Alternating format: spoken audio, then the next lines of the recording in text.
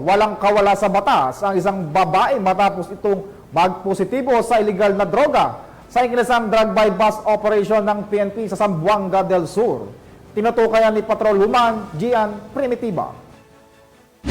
Kulungan ang hantungan ng isang babae matapos na aresto sa sinagawang joint drug by bust operation ng mga kapulisan sa Purok Arabic, Barangay Banali, Pagadian City, Zamboanga del Sur. Nito lamang July 3, 2024. Kinilala ng mga otoridad ng Zamboanga del Sur Provincial Drug Enforcement Unit ang naarestong suspect na si alias Inday, 21 taong gulang, babae, walang asawa at residente sa Purok Matinahuron, Barangay Bulatok, Zamboanga del Sur. Ayon sa mga otoridad, bandang alas 12:30 ng hapon nang nahuli ang suspect sa pinagsanib na puwersa ng mga operatiba sa Zamboanga del Sur Provincial Drug Enforcement Unit kasama ang Regional Intelligence Division 9, First Zamboanga del Norte Provincial Mobile Force Company, Zamboanga del Sur Provincial Intelligence Unit, 92nd Regional Mobile Force Battalion 9 at Pagadian City Police Station na nagresulta sa matagumpay na pag-aaresto sa suspect. Nakumpiska sa suspect ang 2 pakete ng hinihinalang shabu na may timbang na 5 gramo at tinatayang nagkakahalaga ng na 34,000 pesos,